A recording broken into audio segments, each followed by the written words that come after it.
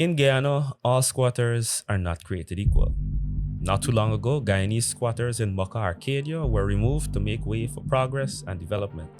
Meanwhile, Venezuelan squatters who are actively affecting a local rice farmer's attempts to work his land are still there and still affecting the farm. I'm the unspecialist.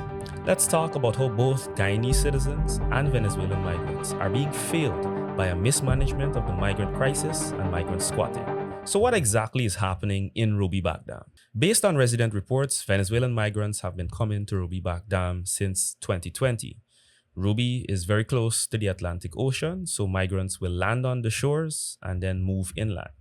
Since 2020, the migrants in the area have received support from NGOs and residents, but none from government. While the residents have been very hospitable and welcoming initially, things have worsened as migrant numbers have swelled and consequently conflict has increased. The best example of this is the story of Mr. Baldio Sukram. He owns some rice fields on Good Hope Sea Dam. His family has maintained the land since 1958. However, Venezuelan squatters are currently threatening his livelihood.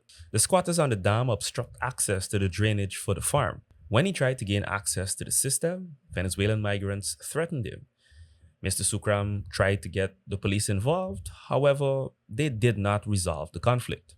His cries to government officials have also appeared to fall on deaf ears. This is far from Mr. Sukram's only concern. The migrants squatting on the dam are also opening and closing the coca whenever they feel like or whenever they need water, which is causing water to drain back into the fields and kill his crop. That same water is also polluted by the migrants on the dam.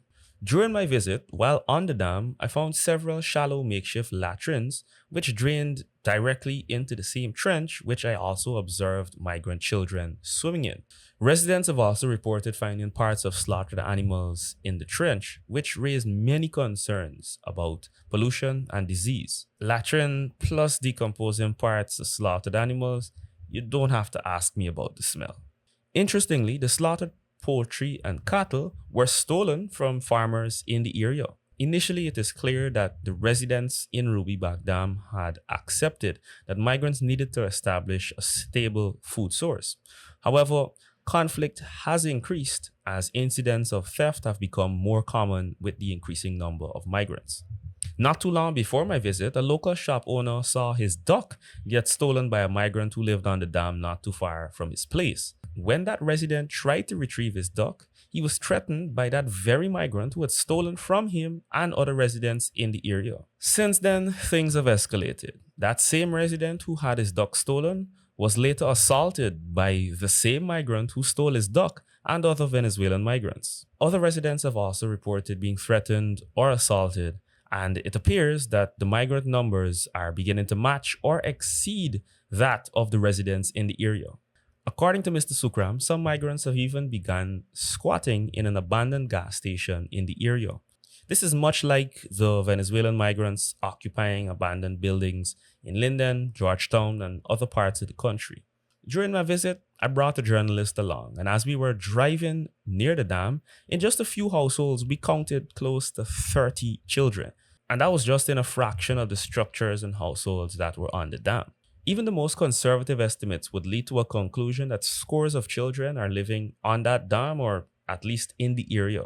And when you step back and take a look at the bigger picture, this is a clear case of the government failing both Guyanese citizens and the Venezuelan migrants.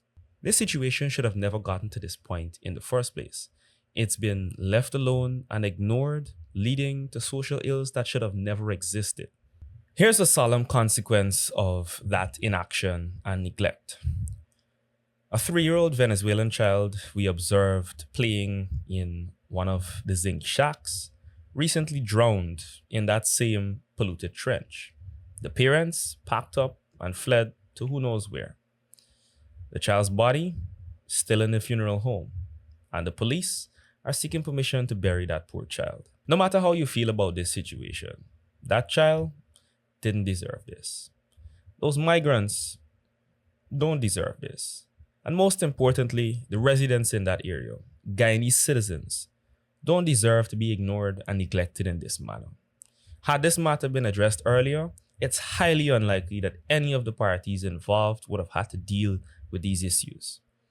Here's a clip of the president and his delegation at a public meeting in Ruby in January 2023, learning about the Venezuelans and their conditions on the dam.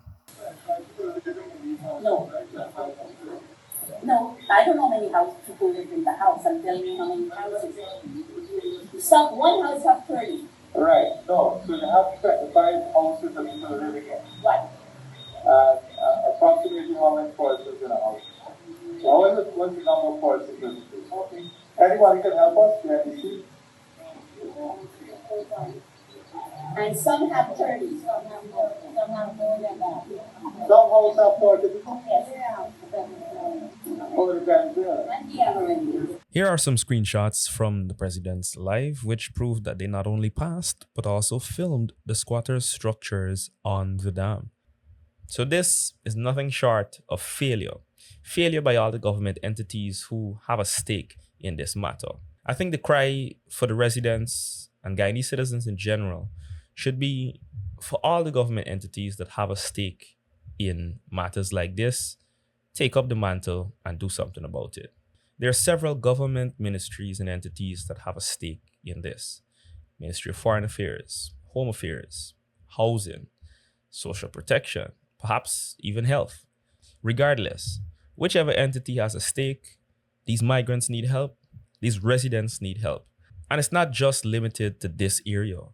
Ruby Backdam simply happens to be a really gruesome example of what happens if these matters are left unaddressed. I sincerely hope that everything that has happened in Ruby Backdam is taken as a warning and leads to action to prevent situations in other communities getting to this extent. In response to these situations, it often seems that the official strategy is to deny, deflect, discredit the journalism, and even attack the journalist that is bringing these matters to public attention. We can see this in the Linden case, where after reports were made of the migrant situation in Linden, state apparatus embarked on a mission to discredit those reports and the journalist who made them. Even when those reports are easily verifiable by talking to residents on the ground or actually visiting the sites listed in the article. As for Ruby Backdam, Stabrook News made a report over a month ago. I was on the ground myself. The images are in the article and in this video. Everything is clearly visible. There's no feigning ignorance.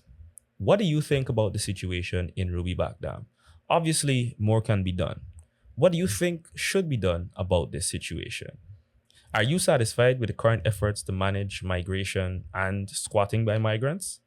How do you think the treatment of migrant squatting compares to the treatment of Guyanese squatting? Let me know your thoughts down in the comments. I'm the Specialist. As always, thanks for your support and thanks for watching.